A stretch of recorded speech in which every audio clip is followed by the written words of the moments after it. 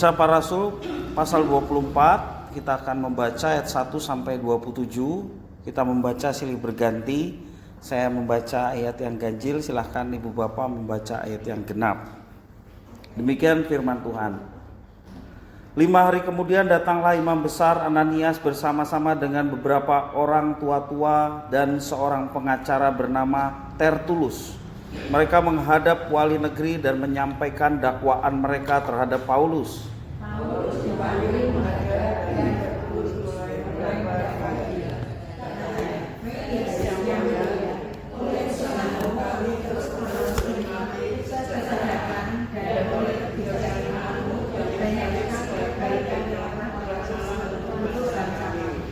Semuanya itu senantiasa dan di mana-mana kami sambut dengan sangat berterima kasih.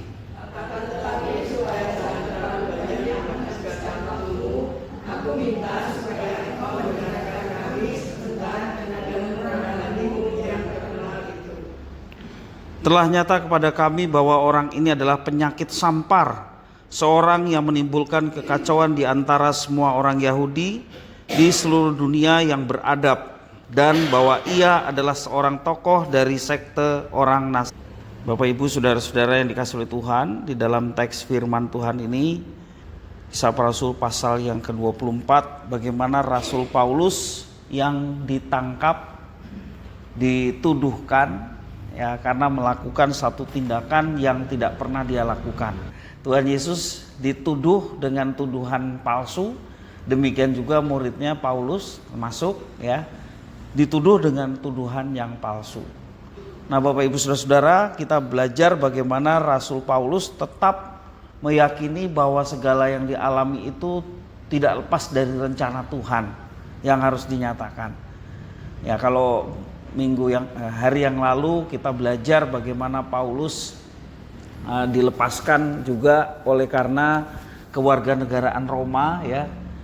Ya, kita melihat bahwa walaupun tidak ada mujizat, tetapi Tuhan seringkali menggunakan hal yang biasa, ya, hal yang biasa untuk menyatakan rencananya. Nah, Paulus dengan menggunakan privilege-nya atau keistimewaannya sebagai warga negara Roma, akhirnya dia juga tidak mengalami penganiayaan yang seharusnya ataupun yang diminta oleh orang-orang Yahudi dilakukan oleh pemerintah Roma terhadap Paulus. Permintaannya apa? Membunuh Paulus. Nah, di sini dia akhirnya dimasukkan ke dalam pengadilan, ya. Dan di sini pengacara bayaran yang namanya tadi ya Tertulus, ya. Dikatakan pengacara bayaran ini, ya, Tertulus memuji-muji Felix sebagai yang baik, bijak, dan murah hati. Tentunya ada agar tujuan supaya Felix merasa tersanjung dan akhirnya mengambil keputusan yang menguntungkan mereka. Ya, namanya orang like and dislike gitu ya. Kalau yang gak suka mesti dicari-cari kesalahannya. Tetapi kalau yang ada menguntungkan walaupun dia sebenarnya sudah menyimpang, disanjung-sanjung supaya dia bisa menolong keinginannya ya, bisa menguntungkan terhadap dirinya. Nah, tujuan ini tercapai. Sang pengacara melancarkan 3 tuduhan palsu kepada Paulus ya, Tertulus itu, yang sangat sebenarnya merugikan Paulus ya, dan membahayakan. Dikatakan Paulus telah membahayakan banyak orang atas ajaran yang menimbulkan kekacauan di mana-mana. Demikian juga tuduhan palsunya adalah bahwa Paulus melanggar kekudusan bait suci. Ya. Tuduhan-tuduhan tersebut dibantah satu persatu oleh Paulus dalam persidangan itu. Ya. Kedatangan Paulus ke Yerusalem dengan maksud untuk beribadah tidak dapat dibuktikan sebagai upaya untuk mengacaukan umat Yahudi ataupun merusak kekudusan bait suci.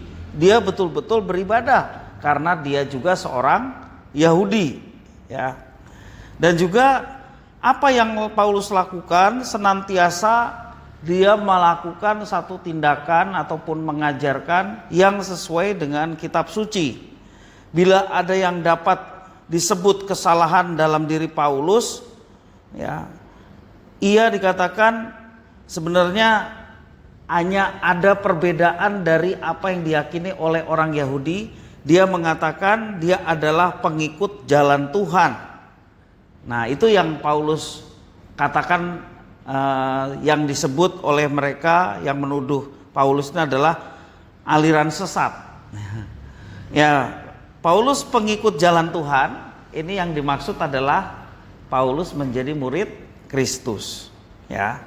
Nah, semua yang diajarkan Paulus itu bersumber dari kitab suci yang mengajarkan bahwa memang ada pengharapan kepada orang Yahudi, ya, akan kedatangan Mesias, dan pengharapan itu juga salah satunya adalah kebangkitan orang mati, seperti yang para pendakwanya juga sebenarnya sebagian memiliki iman akan hari kebangkitan kebangkitan orang mati.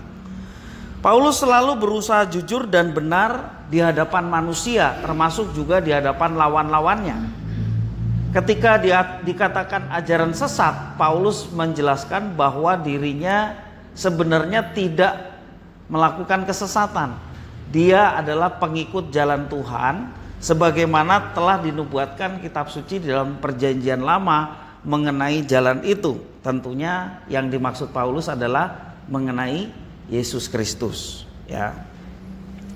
Nah, di sini kalau kita perhatikan, walaupun Paulus sebenarnya tidak terbukti bersalah, sayangnya Felix yang sebenarnya dia tahu jalan Tuhan tidak berani mengambil keputusan, ya kan? Sudah dipuji-puji oleh pengacaranya tadi, kemudian masyarakat itu sangat menguntungkan Felix, ya, sehingga walaupun Paulus terbukti tidak bersalah terhadap tuduhan-tuduhan yang mereka berikan, Felix tidak berani membebaskan Paulus, ya. Di sini dia tidak berani, dan dikatakan ia bersama istrinya mendapat kesempatan justru untuk mendapatkan penjelasan dari Paulus langsung, yang selama ini dia tidak terlalu dalam mengenai jalan Tuhan, ya. Sehingga ini juga kesempatan bagi Paulus untuk memberitakan Injil kepada Felix, ya.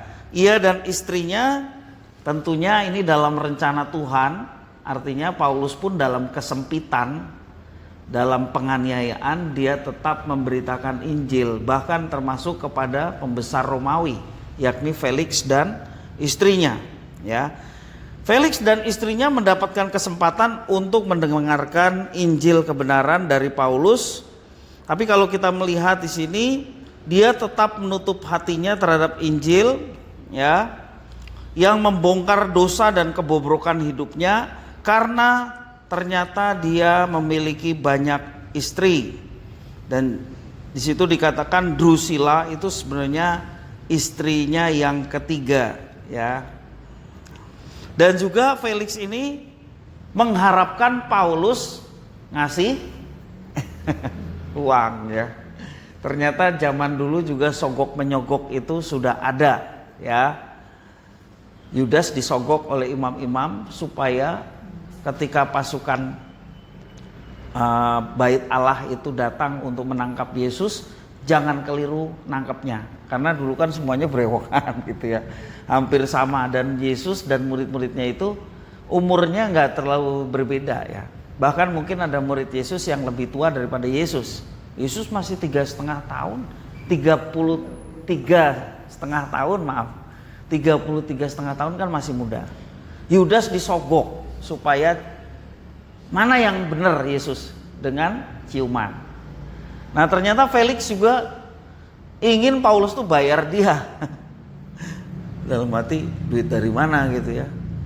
Memang Paulus itu seorang pengusaha ini juga, ya. Selain dia penginjil, dia juga bersama Aquila Priscilla pernah bersama-sama membangun bisnis, yakni apa?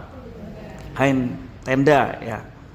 Nah, ia seorang yang suka duit, ya, Felix ini, ya. Selain dia juga seorang yang banyak istri, yang mungkin dia tidak suka atau menutup hatinya terhadap Injil, dia juga suka menerima suap. Felix terus menundanya sampai akhirnya dia digantikan oleh Perkius Festus. Ya. Nah, Bapak Ibu Saudara-saudara, kalau kita melihat di sini teladan dari Paulus, dalam segala kesulitan yang dihadapi oleh Paulus, dia tetap menggunakan kesulitan itu untuk tetap menceritakan kabar baik. Ya. Dia tetap menggunakan kesempatan walaupun itu sangat menghimpit dirinya, kesempatan untuk memberitakan kasih Tuhan kepada banyak orang. Kalau di sini dengan istilah jalan Tuhan. Ya. Dan tentunya kesaksian dari Paulus ini mendatangkan berkat pertumbuhan rohani karena diyakini bahwa iman timbul dari pendengaran akan firman. Ya. Dan tentunya banyak orang yang mendengar kabar baik diubahkan oleh Tuhan sehingga mereka pun boleh mengenal jalan Tuhan dan mempercayai jalan Tuhan. Ya, kita perlu memiliki sikap seperti Paulus, ya, menggunakan kesempatan dalam situasi kondisi apapun untuk tetap memberitakan kasih Tuhan, memberitakan Injil kebenaran, dan juga ketika itu ada kekeliruan tetap diberanikan untuk menegur sesuatu yang salah ataupun yang keliru. Dalam hal ini adalah seorang Felix, ya, ditegur oleh Paulus. Nah, sampai pada akhirnya Paulus pun dari sidang ke sidang ditunda. Nah, ini penggantinya Felix juga sama aja ya. Ya, Festus di situ dikatakan bahwa dia untuk menyenangkan masyarakat Yahudi yang telah menjebloskan Paulus ke dalam penjara, dia membiarkan Paulus tetap di penjara. Ya. Dengan tuduhan-tuduhan yang tadi dikatakan di dalam ayat-ayat pertama tadi ya. Nah, Bapak Ibu Saudara, mari kita sekali lagi belajar memiliki sikap seperti Paulus. Tentunya dalam kehidupan kita tidak selalu lancar-lancar saja. Ada banyak tantangan yang sedang kita hadapi ya. Nah, khususnya dalam tantangan seperti itu jangan kita menjadi putus asa. Ketika sedang menghadapi persoalan hidup, jangan kita menjadi putus asa. Ingat bahwa kita punya Tuhan. Kita punya Tuhan yang berkuasa. Tuhan itu yang berkuasa juga hidup. Maka Dia yang akan menolong kita, dan terlebih adalah menuntun kita untuk tetap bersikap sesuai dengan kehendaknya. Dan percayalah, ketika orang hidup atau anak-anaknya hidup sesuai dengan rencana dan kehendaknya, maka penyertaan Tuhan itu luar biasa. Nah, ini di dalam Kisah Para Rasul pasal yang terakhir menjelaskan bagaimana Rasul Paulus dari sidang ke satu, sidang yang lain ya, dari mahkamah agama kemudian ke penguasa Romawi, sampai pada akhirnya dia perjalanan ke Roma. Seperti yang diharapkan dia ingin ke Roma.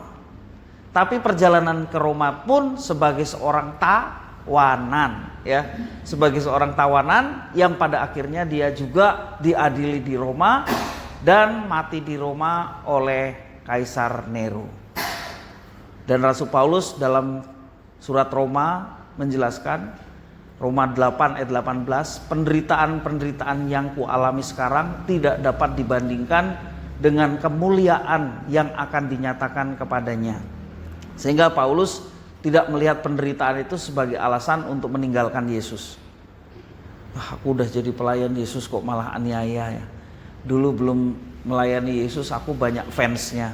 Dia begitu terkenal sebagai guru agama yang disanjung dan diikuti oleh banyak orang. Perkataannya itu seperti suara Tuhan, gitu ya. Paulus sebelum bertobat kan gitu.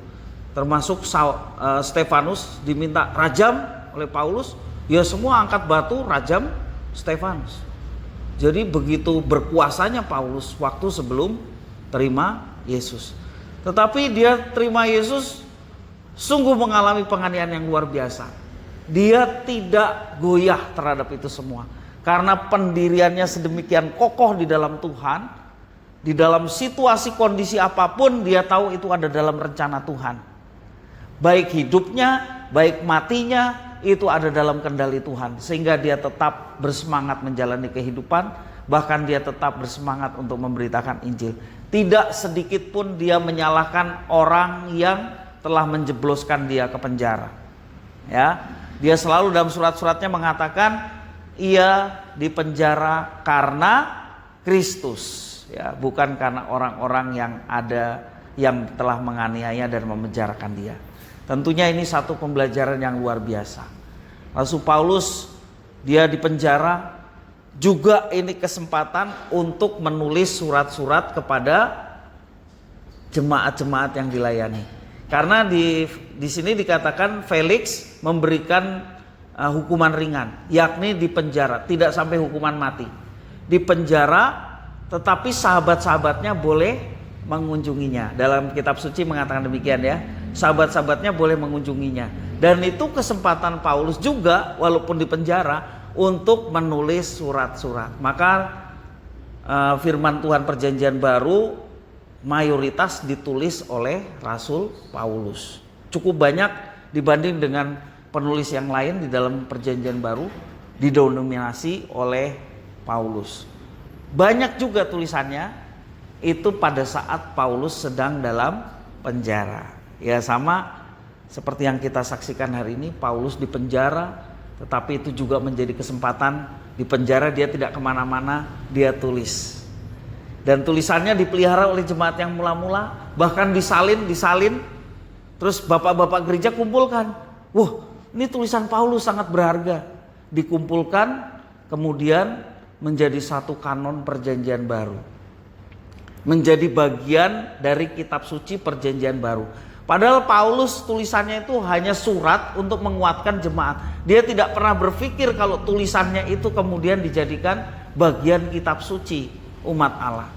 Tetapi di sini kita melihat bagaimana karya Tuhan menggunakan rasulnya untuk menjadi berkat bagi dunia, termasuk kita yang hidup pada saat ini.